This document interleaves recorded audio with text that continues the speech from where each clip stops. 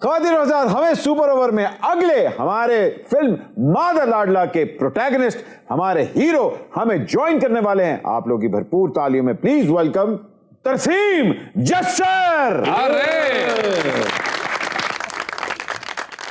तरसीम जस्सर जी, सत श्री अकाल, अस्सलाम वालेकुम। मैनू ए दसो कि तुसी लाडले दा कैरेक्टर ते प्ले करदे पे हो ते ए केड़ा लाडला है, क्योंकि लाडले साडे कोल भी बड़े हैगे। भाजी सब तो पहला तो आदाब, सलाम वालेकुम सारिਆਂ ਨੂੰ, प्यार सत्कार सत श्री अकाल। ਤੇ सुपर ओवर देख रहे सारिਆਂ ਨੂੰ ਮੇਰੇ ਵੱਲੋਂ ਢੇਰ ਸਾਰਾ ਪਿਆਰ। ਤੇ ਮੈਂ ਕਰ ਰਿਹਾ ਜੀ ਗੋਰੇ ਦਾ ਕਰੈਕਟਰ ਪਲੇ। ਤੇ ਗੋਰਾ ਆਪਣੀ ਮਾਂ ਦਾ ਲਾਡਲਾ, ਆਪਣੀ ਦਾਦੀ ਮਾਂ ਦਾ ਲਾਡਲਾ। ਤੇ ਜਿਵੇਂ ਇਹ ਚੀਜ਼ਾਂ ਆਪਣੇ ਪੰਜਾਬੀਆਂ ਦੇ ਖੂਨ 'ਚ ਨੇ ਵੀ ਜਿਹੜਾ ਇਹ ਮਾਵਾਂ ਨਾਲ ਪਿਆਰ ਆ, ਤੇ ਮੇਰਾ ਗੋਰੇ ਦਾ ਕਿਰਦਾਰ ਆ ਭਾਜੀ। ਤੇ ਉਹਦਾ ਮੈਂ ਕਿਰਦਾਰ ਪਲੇ ਕਰ ਰਿਹਾ ਮਾਂ ਦੇ ਲਾਡਲੇ ਦੇ ਵਿੱਚ। ਤੇ ਜਿਹੜੇ ਲਾਡਲੇ ਪਾਕਿਸਤਾਨ 'ਚ ਨੇ ਤੇ ਉਹ ਸਾਡੇ ਲਾਡਲੇ ਇੱਥੇ ਬੈਠੇ ਨੇ ਆਲਰੇਡੀ। ਨਸੀਮ ਵਿੱਕੀ ਭਾਜੀ, ਇਫਤਕਾਰ ਠਾਕੁਰ ਭਾਜੀ ਤੇ ਕੇਸਰ ਪੀਆ ਭਾਜੀ, ਤੁਸੀਂ ਭਾਜੀ ਤੇ ਸਾਰੇ ਜਿੰਨੇ ਸਾਡੇ ਪਿਆਰੇ ਚਹੇਤੇ ਇੱਥੇ ਹੈਗੇ ਆ, ਸਿਨੇਮੇ ਨੂੰ ਪਿਆਰ ਕਰਨ ਵਾਲੇ, ਸਾਨੂੰ ਪਿਆਰ ਕਰਨ ਵਾਲੇ, ਸਾਰੇ ਮਾਂ ਦੇ ਲਾਡਲਿਆਂ ਦੀ ਕਹਾਣੀ। ਆਹਾ ਕੀ ਬਾਤ, वाह वाह। बट जी ये गल ते मननी पैसी, जिस लाडलियां दा तुसां इशारा कीता है, जस्सर भाजी उधर आए नहीं।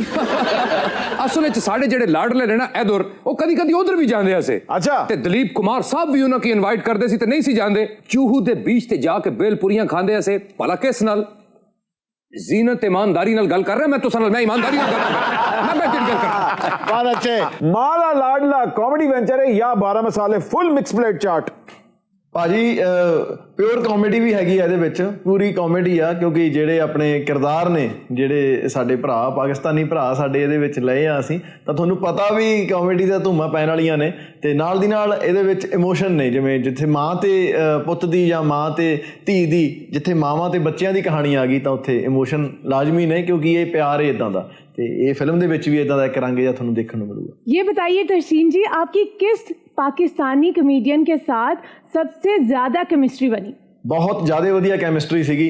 ਤੇ ਮੈਂ ਨਸੀਮ ਵਿੱਕੀ ਭਾਜੀ ਨੂੰ ਸਪੈਸ਼ਲੀ ਕਿਹਾ ਵੀ ਸੀ, ਇਹ ਸਾਡੀ ਜਦੋਂ ਗੱਲ ਹੁੰਦੀ ਸੀ, ਮੈਂ ਕਿਹਾ ਭਾਜੀ ਵੀ ਮਿਲ ਕੇ ਨਾ ਇਦਾਂ ਲੱਗ ਰਿਹਾ ਵੀ ਖਨੀ ਬਹੁਤ ਟਾਈਮ ਤੋਂ ਮਿਲਦੇ ਆ ਰਹੇ ਆ। ਤੇ ਜਿਹੜਾ ਪਿਆਰ ਆ ਇੰਨਾ ਜ਼ਿਆਦਾ ਵਧੀਆ ਸੀਗਾ ਸਾਡਾ, ਚਾਹੇ ਇਕੱਲਾ ਮੇਰਾ ਸ਼ਾਟ ਆ ਜਾਂ ਮੇਰਾ ਟੇਕ ਆ, ਤਾਂ ਕਦੇ ਨਹੀਂ ਹੋਇਆ ਵੀ ਭਾਜੀ ਹੁਣੀ ਸੈੱਟ ਤੋਂ ਪਰੇ ਗਏ।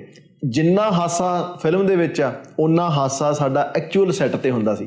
ਤੇ ਜਿਹੜਾ ਐਕਸਪੀਰੀਅੰਸ ਆ, ਤਾਂ ਅਸੀਂ ਜਦੋਂ, ਮੈਂ ਤੁਹਾਨੂੰ ਦੱਸ ਦਿੰਦਾ ਇੱਕ ਨਿੱਕੇ ਜਿਹਾ ਇਨਸੀਡੈਂਟ ਤੁਹਾਡੇ ਨਾਲ ਸ਼ੇਅਰ ਕਰਦਾ। ਜਦੋਂ ਅਸੀਂ ਆਉਣਾ ਸੀ, ਜਦੋਂ ਜਿੱਦਣ ਸਾਡੀ ਵਾਪਸੀ ਸੀ ਮੇਰੀ ਇੰਡੀਆ ਦੀ, ਤੇ ਭਾਜੀ ਉਹਨਾਂ ਨੇ ਬਾਅਦ 'ਚ ਪਾਕਿਸਤਾਨ ਮੁੜਨਾ ਸੀ, ਤਾਂ ਉਹ ਟਾਈਮ ਇੱਦਾਂ ਦਾ ਸੀਗਾ ਵੀ ਅਸੀਂ ਮਿਲੇ, ਇੱਕ ਵਾਰ ਮਿਲੇ, ਦੂਜੀ ਵਾਰ ਫੇਰ ਬਹਾਨੇ ਨਾਲ ਫੇਰ ਭਾਜੀ ਓਕੇ, ਫੇਰ ਤੀਜੀ ਵਾਰ ਭਾਜੀ ਓਕੇ, ਤੇ ਅੱਖਾਂ ਨਮ ਸੀ। ਤੇ ਉਹ ਪਿਆਰ, ਇਹ ਮਤਲਬ ਮੈਂ ਉਹ ਅਹਿਸਾਸ ਪਹਿਲਾਂ ਨਹੀਂ ਕਦੇ ਫੀਲ ਕੀਤਾ, ਇੰਨਾ ਜ਼ਿਆਦਾ ਵਧੀਆ ਲੱਗਿਆ।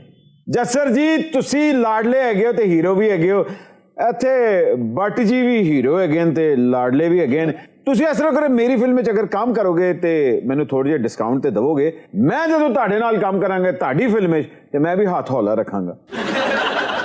ਮੈਂ ਆਪ ਬੇਤਾਬ ਹਾਂ ਜੀ, ਜਲਦੀ ਮਾਲਕ ਮਿਹਰ ਕਰੇ ਜ਼ਰੂਰ ਆਊਂਗਾ ਜੀ। ਮੇਰੇ ਦਿਲੀ ਤਮੰਨਾ ਇੱਥੇ ਆ ਕੇ ਸਾਰਿਆਂ ਨੂੰ ਮਿਲਣ ਦੀ ਤੇ ਸਾਰਿਆਂ ਦੇ ਰੂਬਰੂ ਹੋਣ ਦੀ।